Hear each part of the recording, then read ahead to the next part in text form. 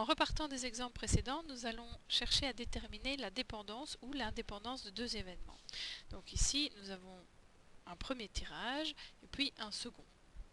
Dans notre cas ici présent, je ne peux pas remettre les boules dans l'urne entre chaque tirage. Alors, qu'est-ce que je constate?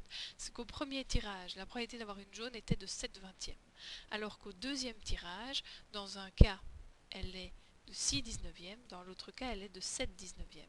Donc la probabilité de tirer une boule jaune au deuxième tirage dépend de ce que j'ai tiré au premier, puisque si j'ai tiré une jaune, elle passe à 6/19e. Si j'ai tiré une verte, elle est de 6/19e. Donc après le premier tirage, j'ai soit 6/19e ou 7/19e en fonction de ce que j'ai pêché au premier tirage. La probabilité d'une boule verte subit exactement le même bouleversement, puisque si j'ai pêché d'abord une boule jaune, la probabilité d'une verte passait à 13/19e.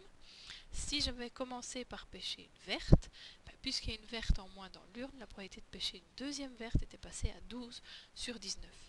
Donc la probabilité d'une verte, c'est 13/19 ou 12/19, en fonction, j'insiste bien, du résultat qui s'est réalisé lors du premier tirage. Donc ici, on dira que le fait de piocher une boule jaune ou une boule verte, c'est dépendant de ce qui s'est passé au premier tirage. Donc nous avons affaire à des événements dépendants.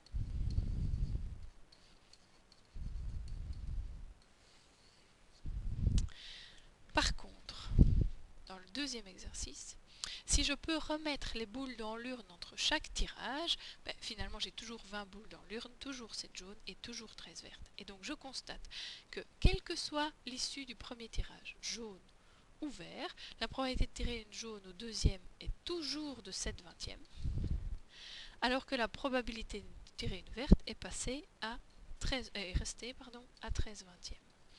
Donc ceci est égal à ça, quelle que soit l'issue du premier tirage, et 13/20e, c'est toujours égal à 13/20e. Donc dans ce deuxième cas, nous avons affaire à des événements qui sont clairement indépendants.